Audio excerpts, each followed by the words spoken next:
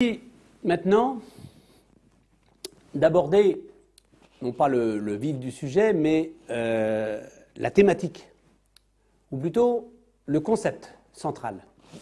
Concept, encore une fois, au cœur de l'analyse que je vous propose en sociologie politique.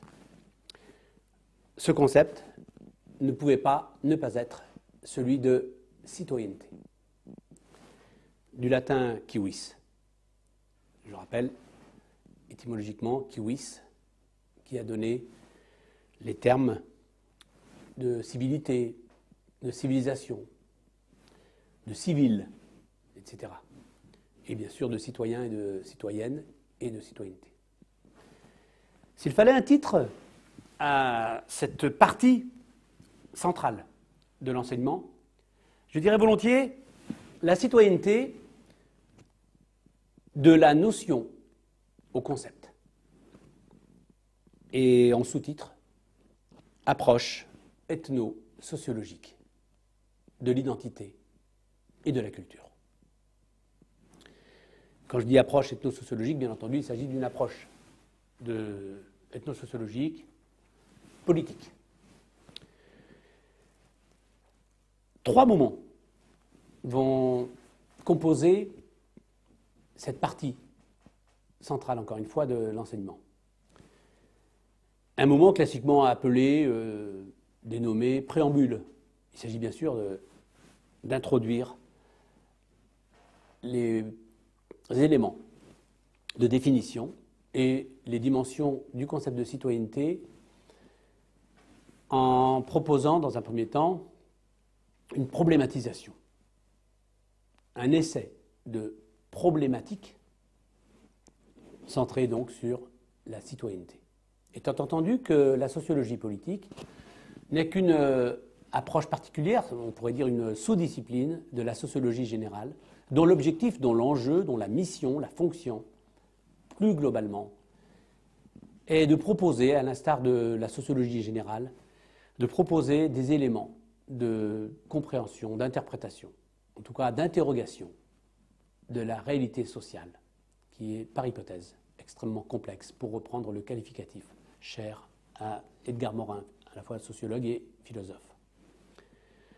Alors, 3 moments, un préambule, comme je l'indiquais, donc pour introduire la question, et ensuite, une partie, ou plutôt sous-partie, intitulée « Spécificité et intérêt de l'approche sociologique », et ce sera l'occasion de revenir, encore une fois, sur le décor théorique et sur ce que l'on appelle classiquement le schéma conceptuel. Spécificité et intérêt, au pluriel bien sûr, de l'approche sociologique, décor théorique et schéma conceptuel. Pour poursuivre la réflexion par une sous-partie intitulée « La citoyenneté, un fait social total ». Une bibliographie sera proposée à l'issue donc de cette présentation à travers, pour l'essentiel, le rappel des auteurs qui auront été abordés, cités donc, dans cet enseignement. Et des compléments seront proposés sur ce qu'on appelle aussi classiquement la plateforme intranet sur la plateforme Cursus, donc de l'université de Rennes 2. Alors, la citoyenneté de la notion concept approche sociologique, oui, mais tout d'abord, quelques mots pour présenter le point de vue, d'où je parle, comme disent parfois nos collègues psychologues. J'ai toujours défendu, en ce qui me concerne, à titre personnel, une certaine idée de la citoyenneté, une certaine idée de l'intégration, une certaine idée de l'identité, qu'elle soit locale, régionale, nationale, européenne, mondiale, et même de l'identité ethnique, ou encore territoriale.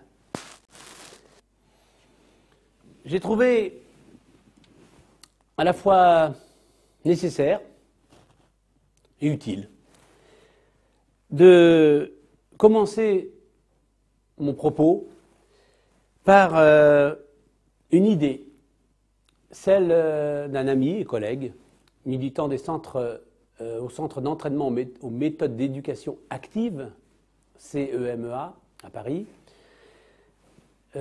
François Chaubeau, qui a dit clairement, dans un article publié dans la revue donc, du mouvement des CMEA vers l'éducation nouvelle, intitulé de la revue, son article intitulé « L'ethnicité enferme ».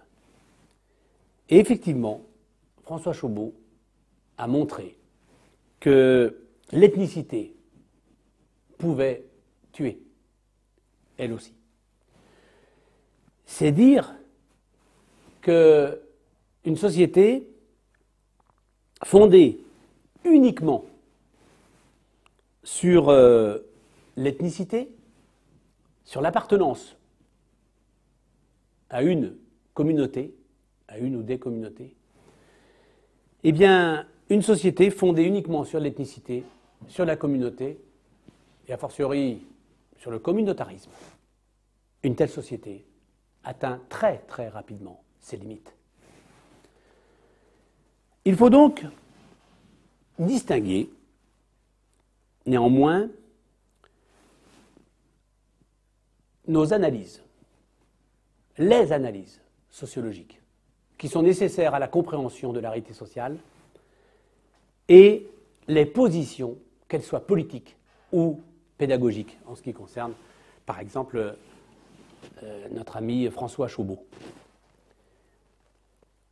Il existe évidemment un lien entre les analyses et les positions politiques et pédagogiques. Mais les positions ne doivent en aucun cas se confondre. Les positions, c'est-à-dire les positions pédagogiques avec les analyses. Je voudrais ainsi, tout au long de mon propos, susciter de votre part moins une adhésion et bien entendu encore moins une condamnation qu'une discussion, une réelle discussion, si possible, sociologique. La sociologie est bel et bien l'un des instruments, à l'instar de la psychologie, de la philosophie, de la psychanalyse. La sociologie, notamment politique, est un des instruments de la critique démocratique. Elle met au jour, comme discipline scientifique, ou en tout cas à projet scientifique, elle met au jour notamment les limites, non seulement de l'ethnicité que je viens d'évoquer à l'instant, mais aussi de la citoyenneté. Et ce n'est pas un hasard si les sociétés totalitaires ont toujours cherché à contrôler et parfois même à supprimer la sociologie comme science, comme recherche, mais aussi, plus encore, comme enseignement, formation, cursus, etc. En tout cas, la plupart des sociétés totalitaires ont cherché à réduire à un rôle purement instrumental la pratique sociologique. Alors disons d'emblée que politiquement, on ne peut pas ne pas être intégrationniste. Ça veut dire quoi? Cela veut dire qu'il me paraît vraiment difficile de ne pas agir pour que toutes les populations, quelles que soient les origines régionales, les origines ethniques, les origines religieuses, etc., eh bien, que toutes les populations participent pleinement à la vie collective, à la vie sociale. La discussion peut alors porter, à la limite, sur les moyens et sur les formes que peuvent prendre ces participations, que peut prendre cette participation à la vie sociale, à la vie démocratique. Ainsi, j'en arrive au premier point, spécificité et intérêt de l'approche sociologique, en sous-titre donc décor théorique et schéma conceptuel. Les verbes que j'avais eu l'occasion d'évoquer précédemment pour introduire cet enseignement, je me dois de vous les rappeler. Les verbes pour définir, bien entendu, les SHS, les sciences humaines et sociales. Je ne ferai qu'un bref rappel, une allusion, puisqu'il s'agira tout simplement pour vous de revenir un petit peu en arrière pour en avoir à la fois les commentaires, les explications, les définitions et autres dimensions. Les 4 verbes. Comprendre, expliquer, dialoguer, écrire. Écrire, encore une fois, et sans entrer dans les détails de cet aspect, mais j'insiste sur l'importance de l'écriture nécessaire à l'objectivation de la réalité sociale, nécessaire à la précision. Quand on écrit, on est toujours, c'est ma conviction, beaucoup plus rigoureux que lorsque l'on s'exprime oralement. Et bien entendu, l'écriture permet aussi de dépasser ce que j'avais eu l'occasion d'évoquer devant vous-même, eh bien, le mythe de l'audiovisuel, pour faire court. J'ajoute ainsi que pour moi, la sociologie politique est à la fois, d'une part, un mode de raisonnement. Le mode de raisonnement, c'est un mode de raisonnement que je qualifierais d'hypothético-déductif. On déduit de la réalité sociale eh bien, un certain nombre d'éléments de connaissances et on déduit principalement de l'hypothèse que l'on se fait du fonctionnement de la réalité sociale. Ce raisonnement hypothético-déductif s'oppose en tout point à un autre type de raisonnement, à un autre type de connaissance. C'est la connaissance inductive de la réalité. C'est celle que nous avons spontanément de la réalité sociale. Il suffit de vivre un événement pour en avoir une connaissance à la fois inductive et intuitive. Mais cette connaissance inductive renvoie pour l'essentiel à la spontanéité. Et cette spontanéité conduit, il faut vraiment insister sur ce point, cette spontanéité conduit aux préjugés. L'autre élément, c'est que de mon point de vue, j'ai une seconde conviction, à l'instar du psychanalyste Jacques Lacan, je pense effectivement que, en citant le psychanalyste, l'auteur Jacques Lacan, ouvrez les guillemets, le réel ne dit rien, fin des guillemets. Et j'ajoute humblement, après cet illustre psychanalyste, donc Jacques Lacan, j'ajoute, encore une fois modestement, le réel ne dit rien, sauf si on l'interroge. Quand on interroge la réalité sociale, eh bien, on apporte à cette question une réponse, avant même de l'avoir observée, de l'avoir analysée. Cette réponse, on peut l'appeler une réponse anticipée. Et la réponse anticipée à une question que l'on se pose, en grec, ça se dit tout simplement l'hypothèse, hypothésis, la thèse avant même la confrontation avec la réalité sociale. Et rappelez-vous que, selon le philosophe Gaston Bachelard, l'une des définitions, l'une des dimensions principales, cruciales de la démarche scientifique, c'est la confrontation d'un discours scientifique avec des réalités vécues et pensées par les acteurs. Il s'agit de confronter les hypothèses avec les données recueillies sur le terrain. Données qui peuvent être objectives, les faits sociaux, données qui peuvent être subjectives, les opinions et les représentations sociales que se font les acteurs de la réalité.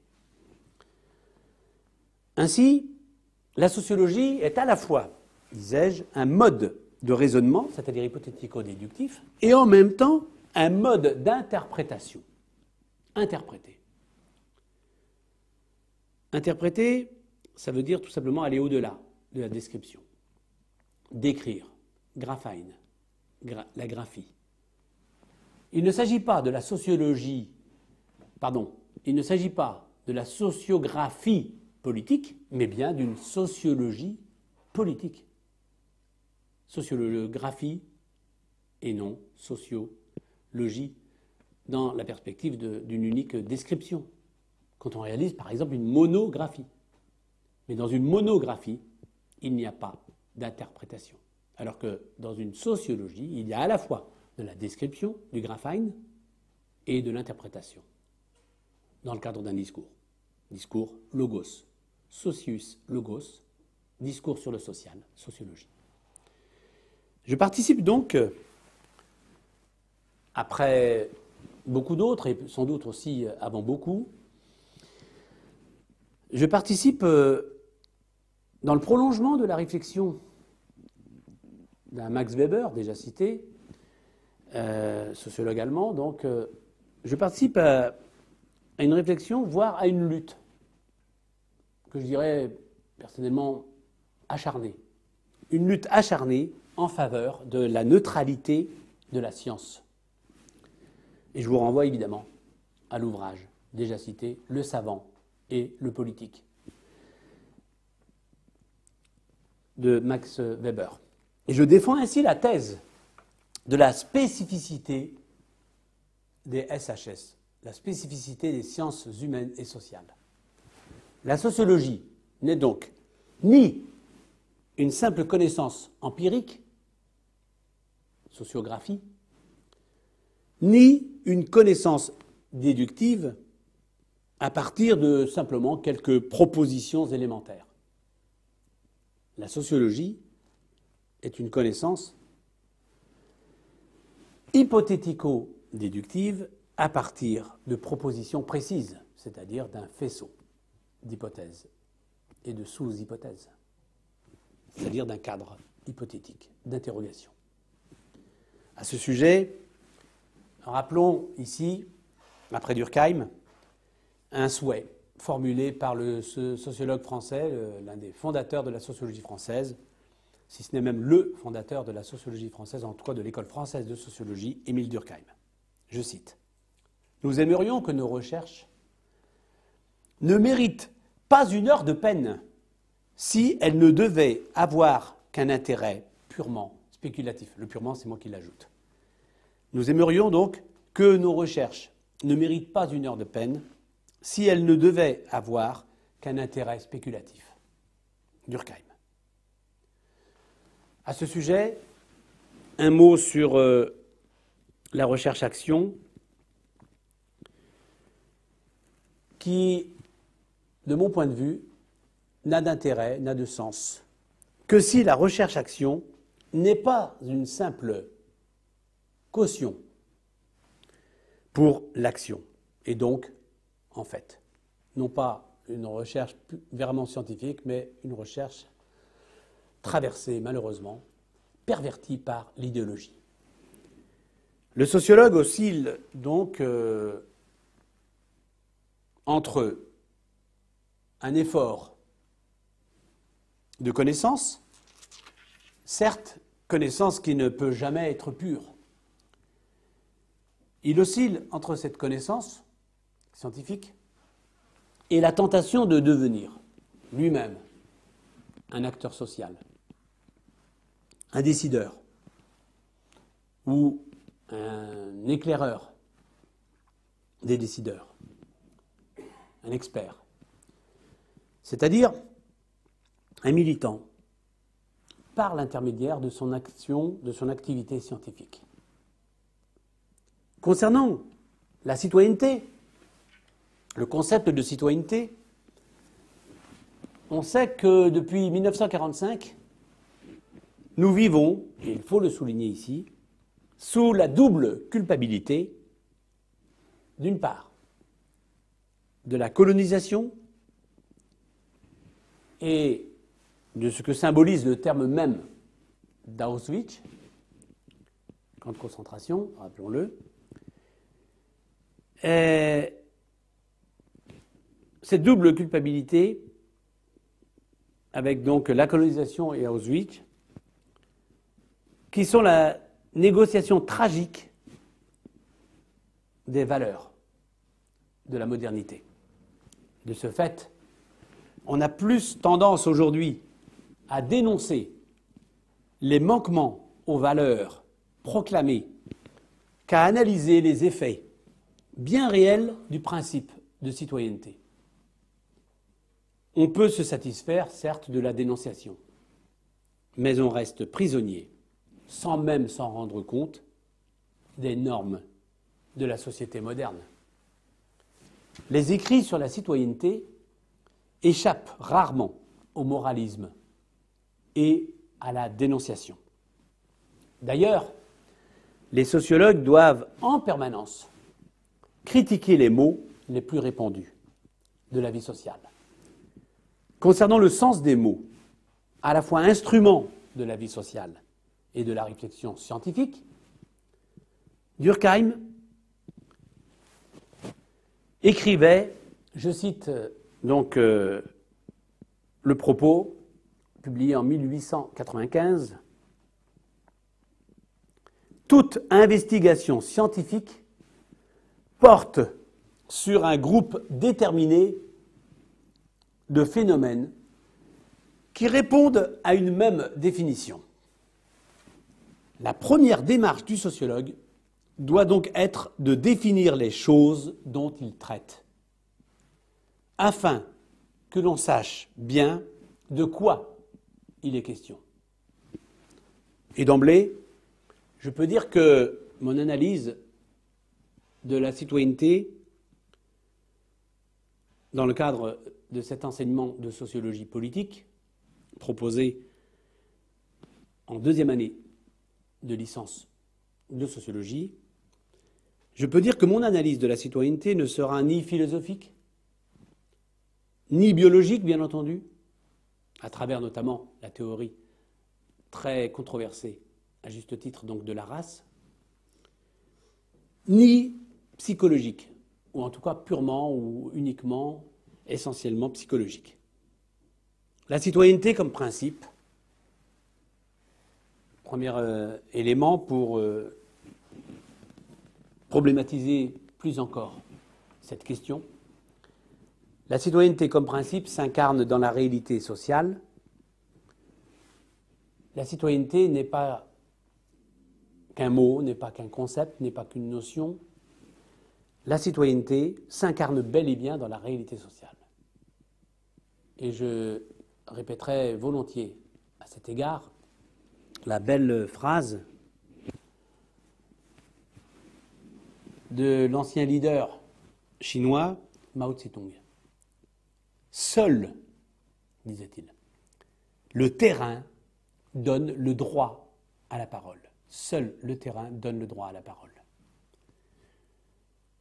Ainsi, pour prolonger cette problématique, je voudrais ajouter que On ne naît pas citoyen, on le devient. J'ai rappelé, bien entendu, l'origine de ce mot que je vous propose, qui poursuit évidemment de manière analogique. On ne naît pas femme, on le devient. Donc le terme, la formule empruntée à Simone de Beauvoir dans Le Deuxième Sexe, publié donc par les éditions Gallimard. On ne naît pas citoyen, on le devient. La citoyenneté est donc bel et bien un phénomène historique. La citoyenneté est bien une identité qui s'acquiert. Elle s'acquiert par l'éducation, par la socialisation. La citoyenneté nécessite donc une formation. La famille,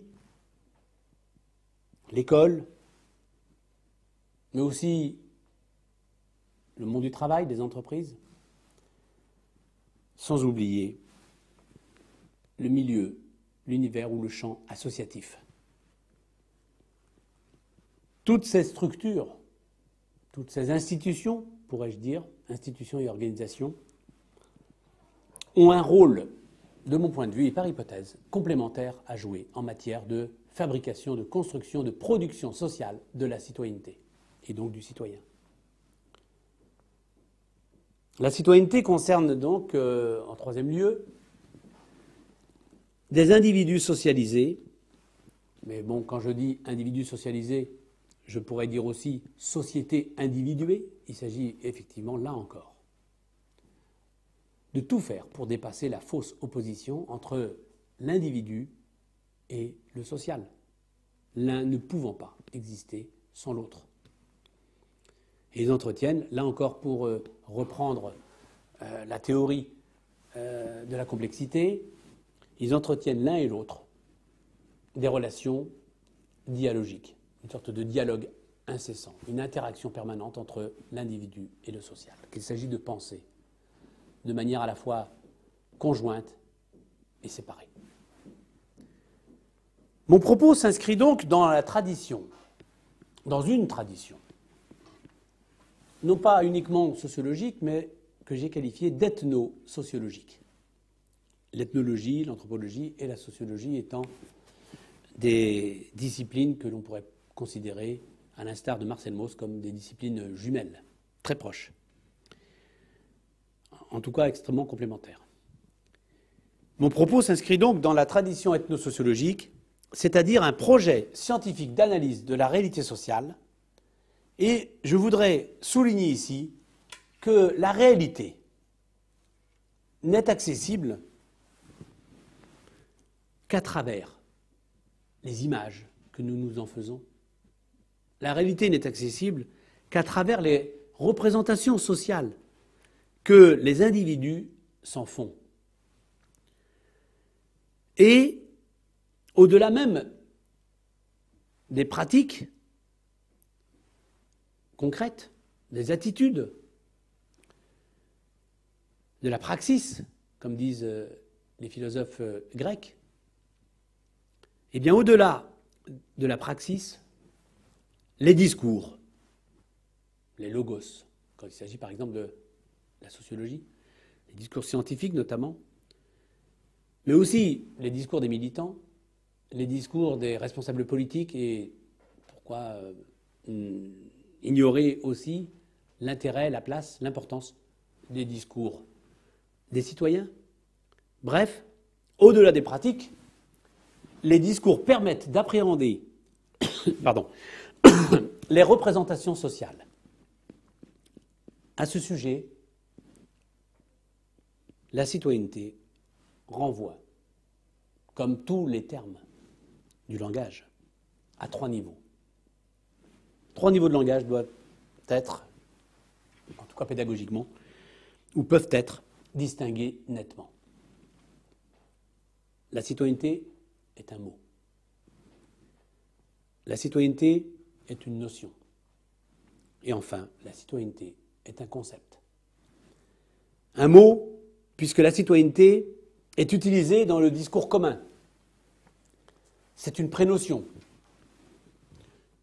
traversée évidemment par toute une série de préjugés. Les mots permettent de véhiculer des sentiments, des émotions, des sensations, des opinions. Les mots ont, encore une fois, une fonction centrale dans la société, c'est de faire exister non seulement les choses, les événements, mais aussi les personnes. Qu'elles soient destinateurs du propos dans le processus de communication ou qu'elles soient destinataires du propos dans l'échange. Les mots font donc exister à la fois le destinataire et le destinateur. C'est une fonction identitaire. La citoyenneté est un mot. À ce sujet, le mot est noyé, encore une fois, dans un halo d'ambiguïté sémantique. Le mot citoyenneté n'échappe pas à cette logique de, je dirais, complexité dans le sens. Le mot citoyenneté renvoie à une pluralité, à une extrême diversité de définitions et de sens, parfois même opposés. Ainsi, la citoyenneté est un mot, mais c'est aussi une notion.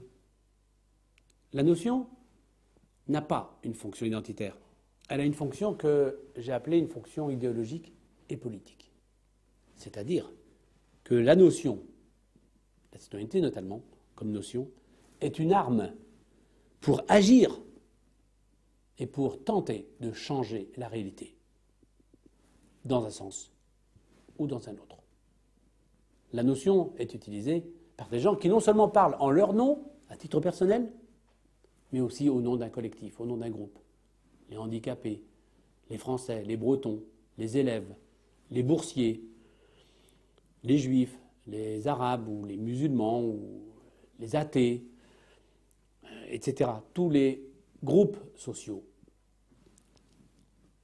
sont représentés, en tout cas un certain nombre de personnes s'expriment non seulement en leur nom, mais au nom de la communauté, au nom du groupe concerné.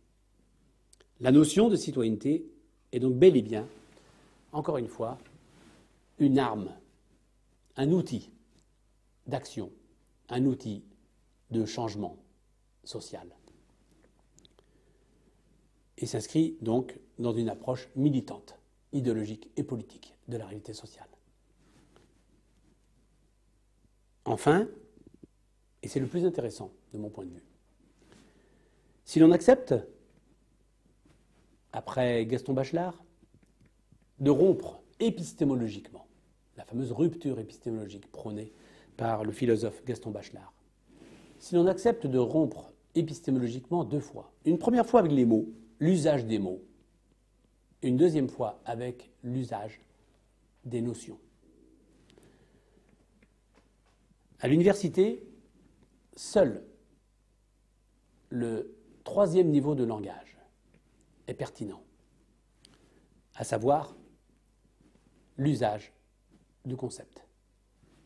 Évidemment, dans la vie de tous les jours, nous n'utilisons pas des concepts. En allant à la boulangerie, on ne commande pas un concept de pain. On commande, on sollicite un pain. Le concept ne s'inscrit pas dans un usage quotidien, ni dans un usage militant du langage. Le concept est un outil. C'est un outil pour, dans un premier temps, interroger la réalité sociale, poser des questions. J'ai évoqué tout à l'heure la nécessité de mettre en œuvre, de mettre en place, d'ériger tout un système hypothétique dans le raisonnement et la démarche hypothético-déductive. Le concept est donc un outil pour interroger la réalité sociale. C'est un outil qui permet ensuite, une fois défini, à la fois clairement défini, avec des dimensions précises, le concept, par exemple, de citoyenneté, permettra non seulement d'interroger la réalité sociale, mais aussi, et surtout, d'en proposer une interprétation à prétention scientifique. Le concept, outil pour interroger, outil pour interpréter et outil donc pour décrire le social. La fonction du mot était une fonction identitaire, la fonction de la notion était une fonction idéologique, la fonction du concept est donc une fonction heuristique, du grec eureka, j'ai trouvé. Heuristique avec un H, donc H-E-U-R-I-S-T-I-Q-U-E. La fonction heuristique, c'est-à-dire que le concept est au service exclusif de la connaissance, alors que les mots et les notions sont au service exclusif de l'action, qu'elle soit quotidienne ou militante. La citoyenneté dont il s'agit dans l'analyse sociologique, en sociologie politique notamment, et non pas en sciences politiques, je parle bien là en sociologue politique, ou sociologue du politique, et non pas sociologue de la politique qui est limitée bien entendu à la politique politicienne, la politique des partis, qui est traversée par des discours aussi mythiques qu'idéologiques concernant la réalité sociale. Eh bien, la sociologie politique mobilise uniquement, exclusivement, ce niveau de langage, à savoir le niveau conceptuel. La citoyenneté fait donc partie de ces grands outils d'analyse pour tenter de comprendre la complexité des relations sociales, qui sont parfois solidaires, coopératives, mais aussi, malheureusement, le plus souvent, extrêmement conflictuelles. La citoyenneté est un exemple important et j'aurai l'occasion de revenir justement tout au long de cet enseignement, en particulier dans la seconde partie, sur la définition du concept de citoyenneté et sur ses dimensions. Je voudrais quand même, un petit peu en amont de ces apports, revenir sur un exemple de concept au cœur non seulement de la sociologie, mais aussi de l'anthropologie. Anthropos, l'homme, le discours sur l'homme, les sciences de l'homme. On parle aussi bien du musée de l'homme que de la maison des sciences de l'homme, etc. Et à l'intérieur des sciences de l'homme, il y a les SHS, sciences humaines et sociales, et à l'intérieur des SHS, il y a, par exemple, la sociologie. Le terme identité doit être aussi bien défini et donc érigé pour des buts de connaissance, comme je viens de l'évoquer. Le terme d'identité doit être érigé en concept. Encore une fois, du latin conceptus, fruit de la raison, fruit de l'intelligence, c'est-à-dire fruit de l'esprit et donc du cerveau, fruit du cerveau et donc fruit de l'esprit. Pour reprendre le propos souvent évoqué, oralement notamment, mais aussi par écrit, par le philosophe et sociologue donc, Edgar Morin, notamment explicité dans le tome 1 de la méthode, 6 tomes donc, de la méthode chez Edgar Morin, dont le tome 1 intitulé La nature de la nature, publié en 1977 pour ce tome de la méthode. Eh bien, le terme identité est intéressant parce que identité et citoyenneté, les deux concepts entretiennent, de mon point de vue, et là encore une fois par hypothèse, identité et citoyenneté entretiennent des liens très très très étroits. À ce sujet, donc, 5 observations concernant l'identité nous conduiront ensuite à préciser le concept de citoyenneté. L'identité. Sa définition intègre à l'évidence, on va dire, des notions de similitude et en même temps des notions de différence. idem, identitatem. Ça a donné donc l'identité en français. Idem, le même, identitatem, similaire. Mais l'identité, au sens, je dirais, presque mathématique du terme, c'est A égale B. A et B sont identiques. L'identité de A est la même que l'identité de B. En tout cas, si A égale B. Mais l'identité, en dehors des mathématiques, en dehors de la mathématique, par exemple en anthroposociologie, l'identité c'est A égale B, mais aussi A est différent de B. Je suis moi parce que je ne suis pas toi. Je suis et tu es toi parce que tu n'es pas moi. A est différent de B. Mais en même temps, je suis moi parce que j'ai des points communs avec toi. Et tu es toi parce que tu as des points communs avec moi. Par exemple, l'identité humaine, qui est commune. En anthropologie, il s'agit donc de passer du A égale B, la similitude, à A est différent de B, la différence. L'identité en mathématiques, A égale B, l'identité en socio-anthropologie, A égale B, et A est différent de B. Ainsi, l'identité comme concept peut-elle être définie par ses aspects de similitude et de différence. Mais les dimensions de l'identité, j'ai évoqué les 5 observations qui seront en fait les 5 dimensions.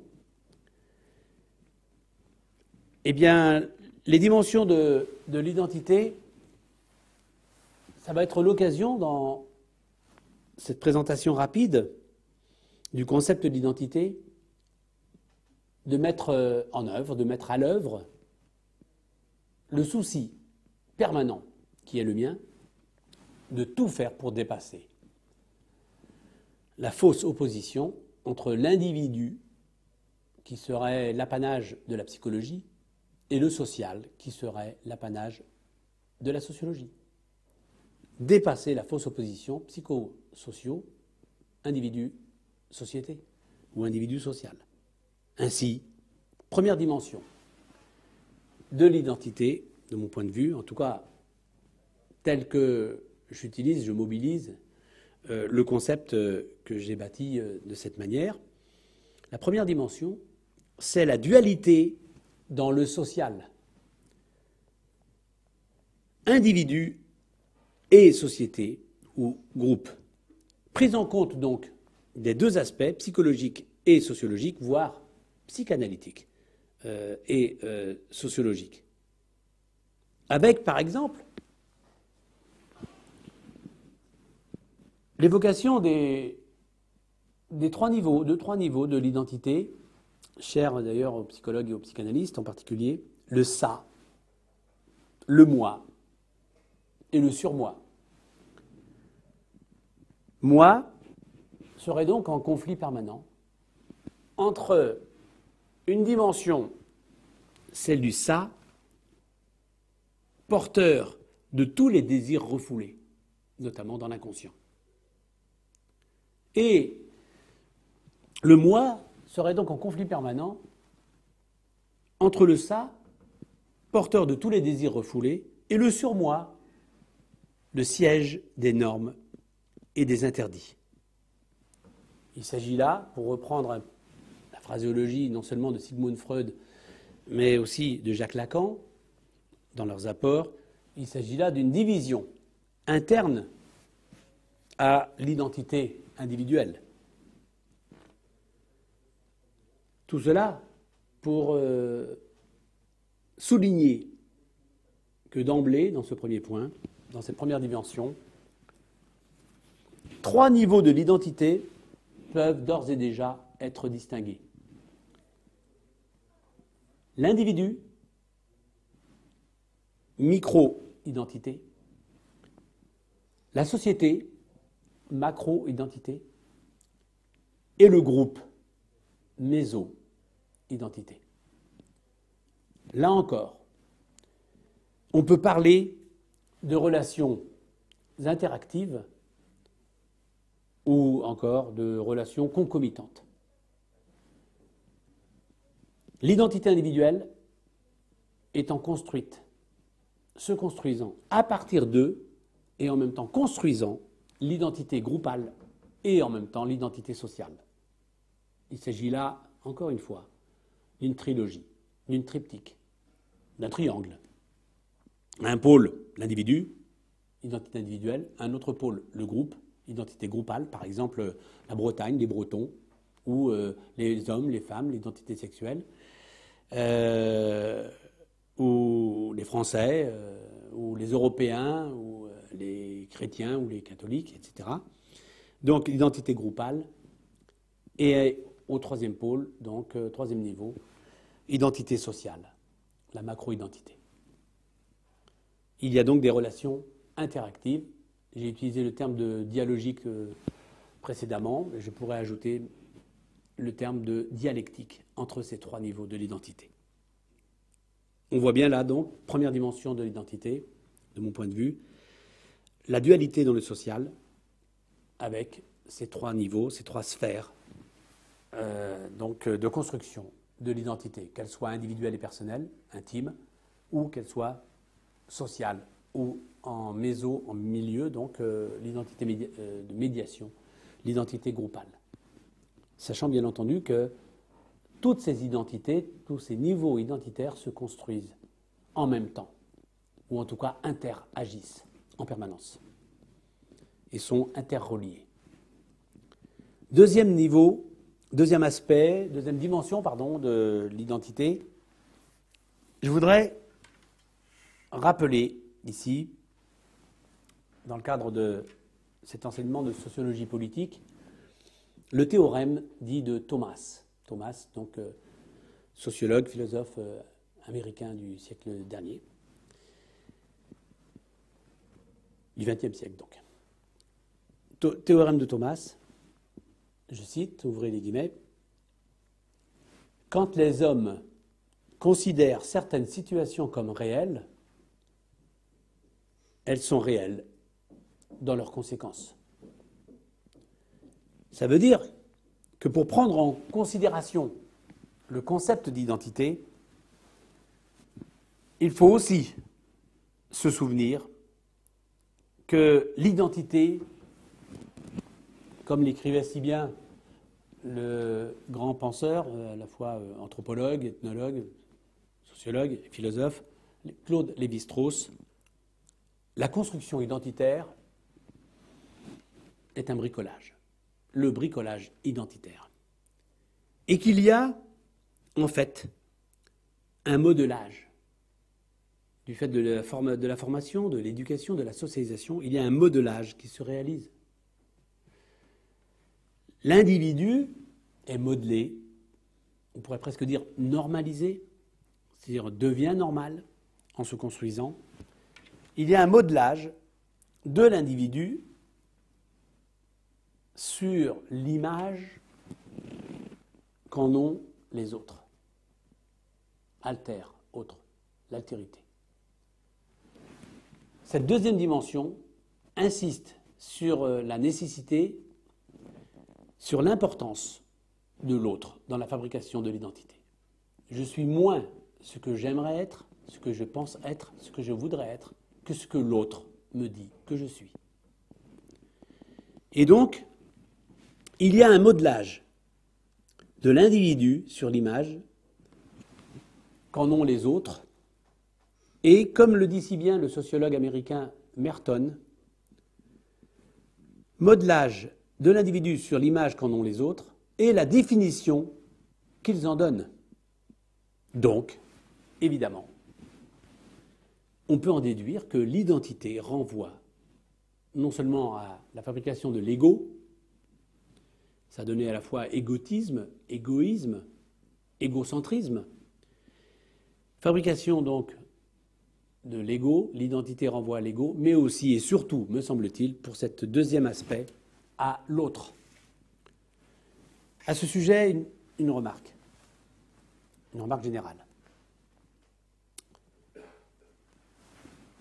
Dans nos relations à l'autre, comment considérer les opinions des autres? Comment considérer l'existence des autres? Comment considérer l'autre qui, par définition et par essence, est différent de soi? Nous avons presque une forme d'alternative.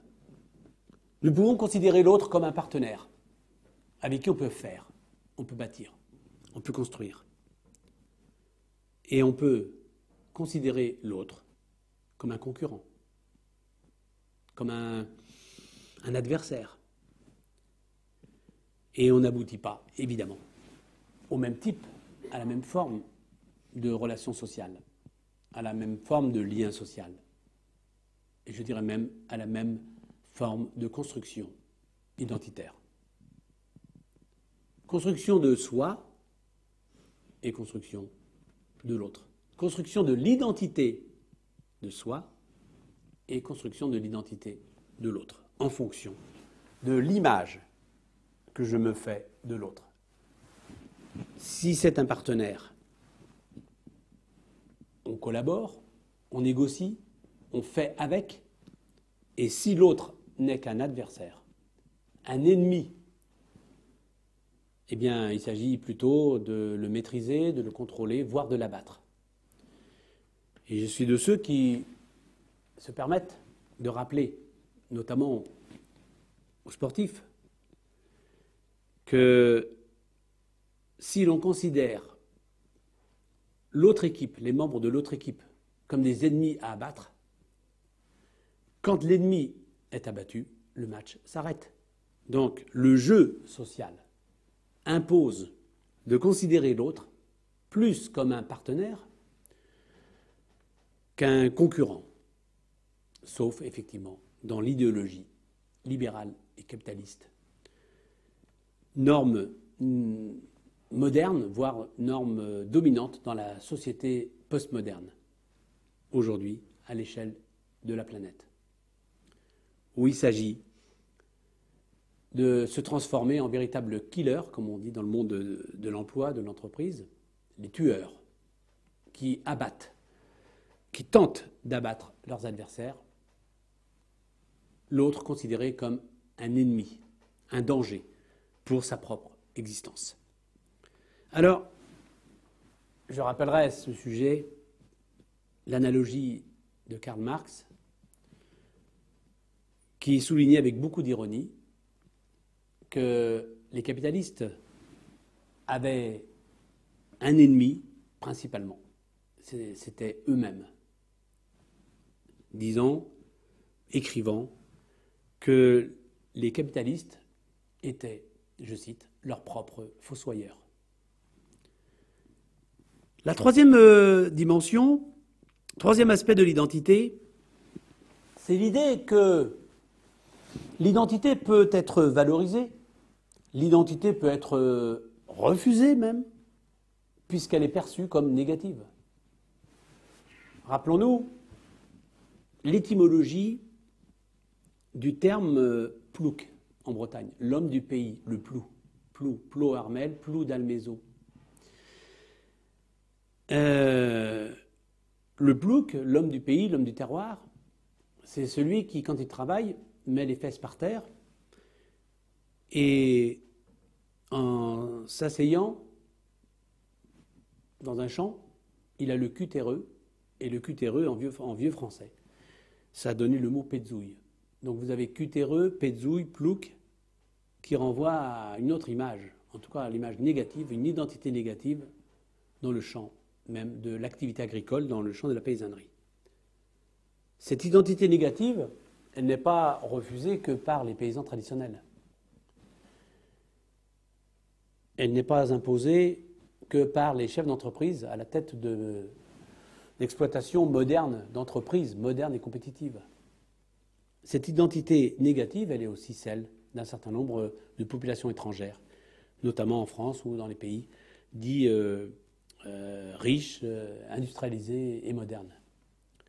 Donc les immigrés, les paysans traditionnels, je pourrais citer aussi d'autres communautés ethniques, religieuses et autres, culturelles, eh bien, qui renvoient à cette idée que l'identité, non seulement elle peut être acceptée, valorisée, voire survalorisée, mais l'identité peut aussi être considérée comme une identité négative. Et parfois, les personnes stigmatisées, les personnes exclues, sont amenées à survaloriser leur propre identité, qui est considérée par l'autre comme une identité négative. En tout cas, cette identité, qui encore une fois peut être acceptée ou non, cette identité nécessite de la part de chacun d'entre nous, de chaque individu, de chaque citoyen, l'identité nécessite une intériorisation active. L'identité n'est jamais subie. Il y a toujours une dimension d'action, une dimension velléitaire chez l'individu qui incorpore un certain nombre de normes, qui les choisit. On fait d'ailleurs à ce sujet plutôt ce que l'on peut que ce que l'on veut en la matière. En tout cas, on peut parler d'une incorporation dans le cadre d'un processus communicationnel très complexe, avec, et beaucoup de sociologues ont eu l'occasion de l'évoquer, avec des possibilités que des groupes sociaux ou des individus soient étiquetés, le fameux concept d'étiquetage identitaire. Ainsi, j'en arrive au quatrième et avant-dernier point, avant-dernière dimension pour ce concept d'identité qui est, encore une fois, extrêmement lié, corrélé aux dimensions de la citoyenneté.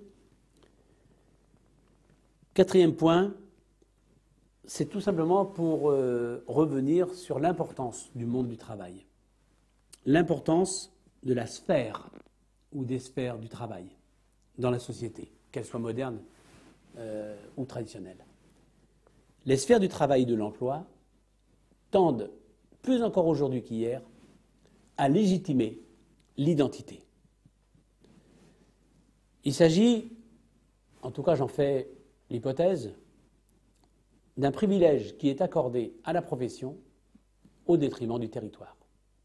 L'identité professionnelle tend à devenir la forme de construction des identités individuelles comme collectives au détriment de l'identité territoriale. En tout cas, l'identité territoriale dans la société traditionnelle et l'identité professionnelle s'inscrit comme la forme de construction des identités individuelles et collectives dominantes dans la société moderne et plus encore dans la société postmoderne, donc aujourd'hui et demain. Ça veut dire tout simplement que pour réutiliser le terme de chômage, eh bien, simplement pour rappeler que le chômage, effectivement, devient de plus en plus, non pas la cause de l'exclusion, mais bien, je me permets de me reciter, la cause causante de l'exclusion sociale. Avoir une identité professionnelle aujourd'hui est un aspect de l'identité sociale qui est déterminant. On peut presque dire qu'il y a dans la société postmoderne une homonymie, en tout cas une homologie, entre identité sociale et identité professionnelle. Enfin, cinquième et dernier aspect, puisque j'avais souligné au total 5 observations à faire pour tenter de définir un peu moins mal le concept d'identité. L'identité renvoie aussi à ces fameuses mamelles philosophiques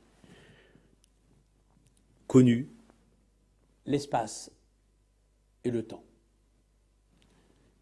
L'espace c'est l'idée que l'identité se construit toujours, quelque part. Les phénomènes sociaux, d'ailleurs, se produisent toujours quelque part. Soit ils se sont produits, soit ils se produisent, soit ils se produiront, mais toujours quelque part. Et quand je dis ils se sont produits, ils se produisent et ils se produiront, c'est bien la dimension temporelle qui est significative donc de cet aspect et qui définit cet aspect de l'identité. Effectivement, l'identité, par exemple la citoyenneté, eh bien, n'est pas l'objet uniquement d'une transmission.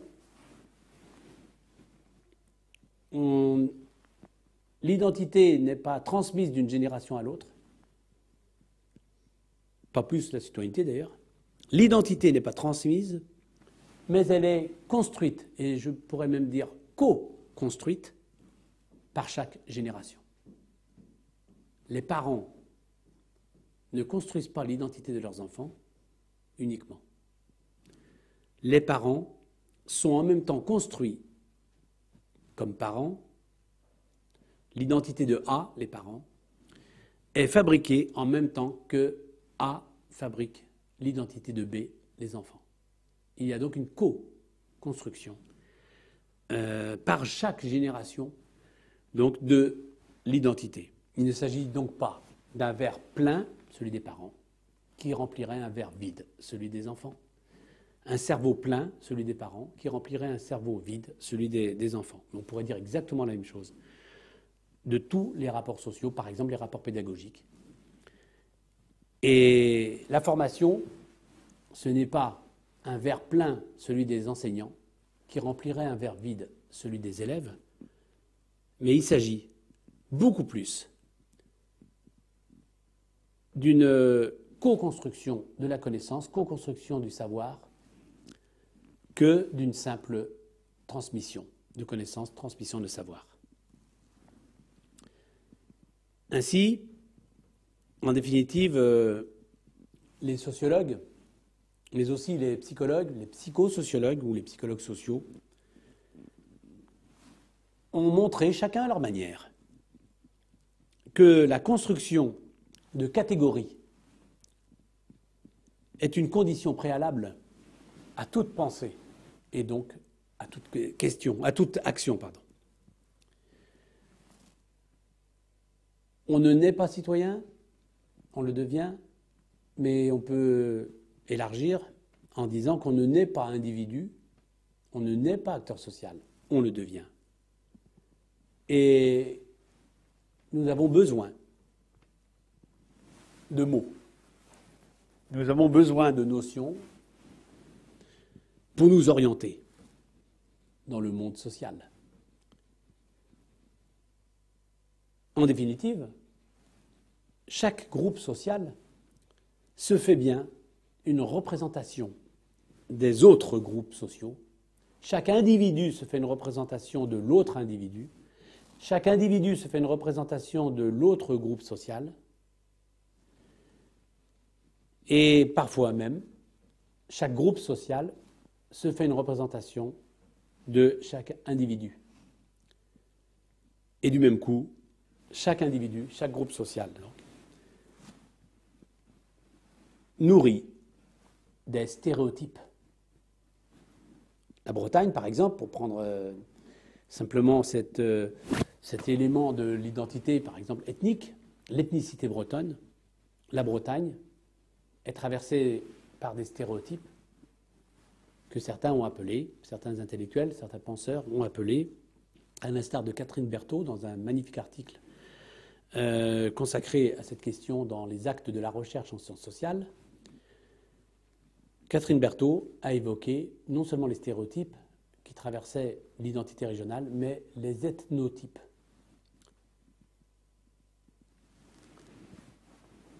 Voilà pour la présentation à travers 5 observations, 5 dimensions. Nous allons pouvoir prolonger par l'idée que la sociologie est un projet de connaissance rationnelle.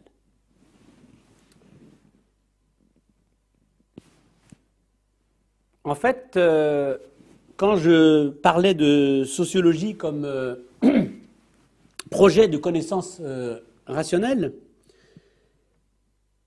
je dois quand même en dire quelques mots pour insister sur quelques aspects qui m'apparaissent fondamentaux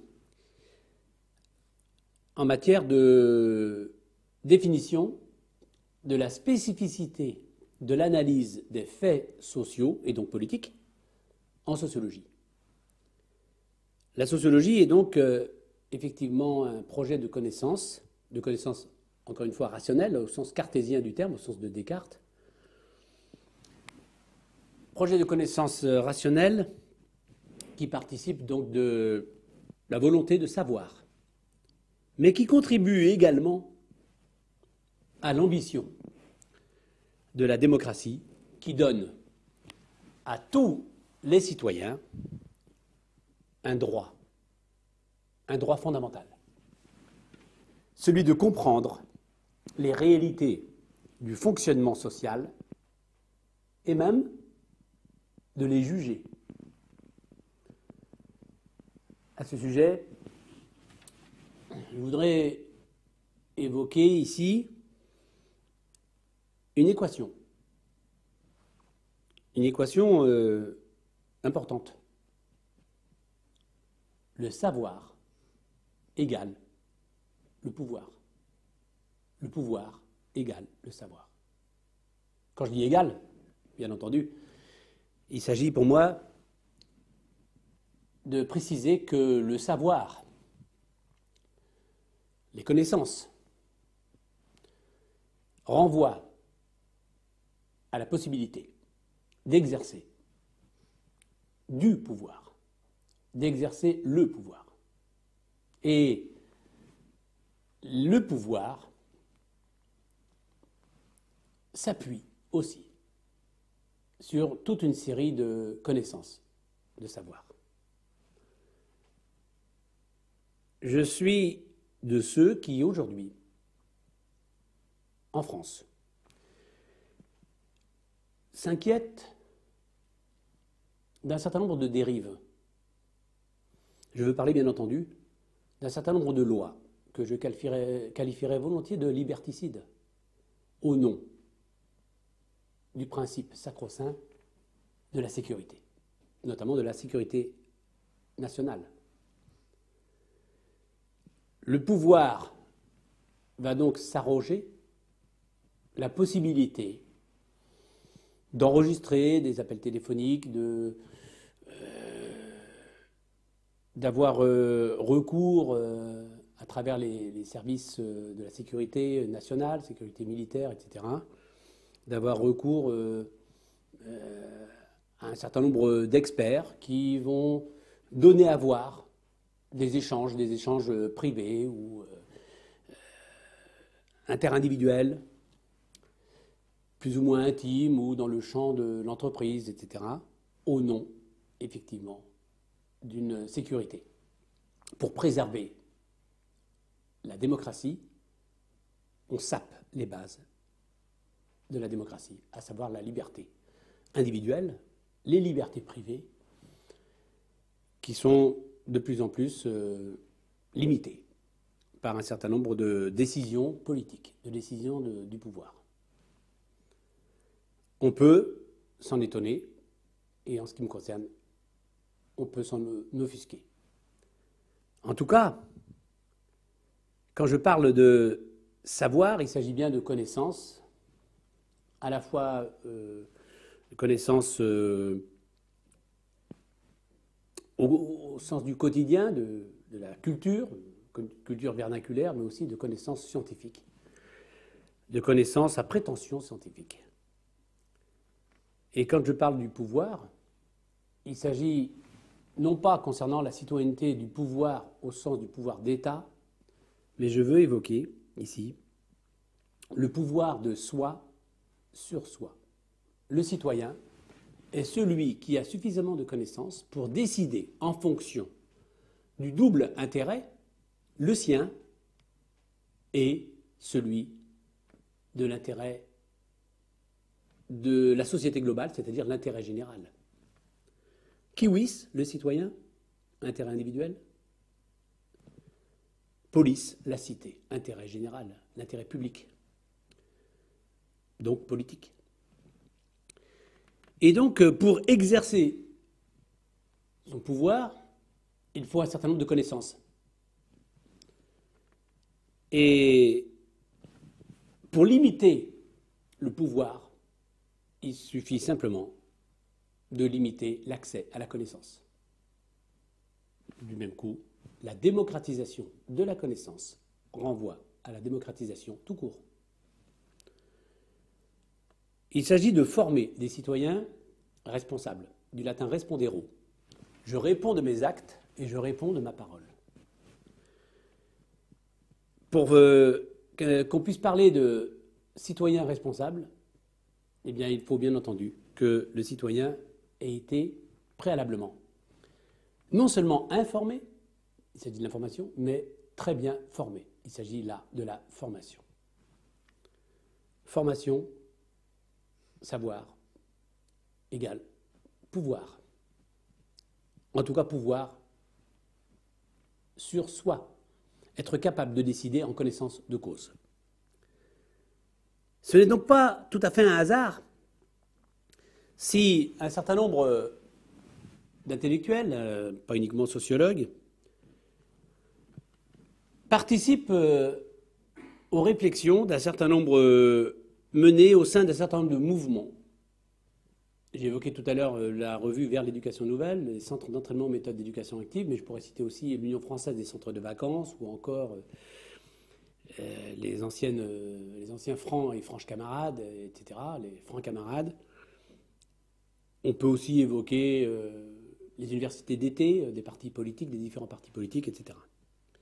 Et donc, ce n'est pas un hasard si un certain nombre d'intellectuels participent aux réflexions qui sont menées au sein d'associations, au sein de mouvements syndicaux, de mouvements politiques, parce qu'ils partagent un certain nombre de valeurs. Les valeurs, qu'elles soient implicites ou explicites, eh bien, sont celles de la démocratie, sont celles de la société démocratique tout entière. Les analyses en sociologie politique ont donc pour objet, notamment, de démontrer combien le principe de l'égalité entre tous, de l'égalité entre tous les citoyens, de démontrer combien le principe de l'égalité, qui est au cœur du triptyque, de la révolutionnaire liberté, égalité, fraternité, trilogie républicaine en termes de principe, eh bien ce principe d'égalité est bafoué dans la vie sociale. Encore une fois, la société est égalitaire dans les principes, inégalitaire, malheureusement, pourrait-on dire, dans les faits. Inlassablement, il s'agit, pour nous, de nous interroger sur l'existence, non pas uniquement des groupes sociaux, mais l'existence des classes sociales, et aussi sur les effets de domination. Non seulement on peut évoquer l'existence de classes sociales, mais on peut aussi revenir sur la notion chère à Karl Marx de lutte des classes. Et il ajoutait la lutte des classes, moteur donc du changement social, moteur de l'évolution des sociétés. Le conflit de classes, les luttes de classes comme moteur donc du changement social et de l'évolution des sociétés. Et donc l'existence des classes sociales, les effets de domination sont des objets de réflexion qui s'inscrivent dans le prolongement de valeurs aussi essentielles que, justement, l'égalité de tous les hommes. En un mot, valeurs essentielles de la citoyenneté. Il sera moins question, dans cette partie de l'enseignement, de mesurer les écarts entre les normes proclamées et la réalité concrète, que de tenter de comprendre le sens même du concept de citoyenneté. Effectivement, le titre proposé précédemment, la citoyenneté de la notion au concept, approche ethnosociologique, peut surprendre. J'aurais pu effectivement, à l'instar de la sociologue Dominique Schnapper, directrice émérite d'études émérite à l'École des hautes études en sciences sociales, j'aurais pu utiliser le terme de citoyenneté à la française, dans son ouvrage notamment intitulé « L'intégration à la française ». Mais l'expression me semble à la fois passéiste, nostalgique, et même inspirée d'une certaine manière d'un a priori nationaliste. Avec des guillemets, bien entendu. Il ne s'agit pas d'un nationalisme maurassien. Je suis bien conscient, néanmoins, qu'il existe bien une intégration, comme l'a dit Dominique Schnapper, à la française, dont le modèle peut se résumer ainsi. La fusion individuelle, et non en termes de groupes minoritaires comme aux États-Unis, aux USA,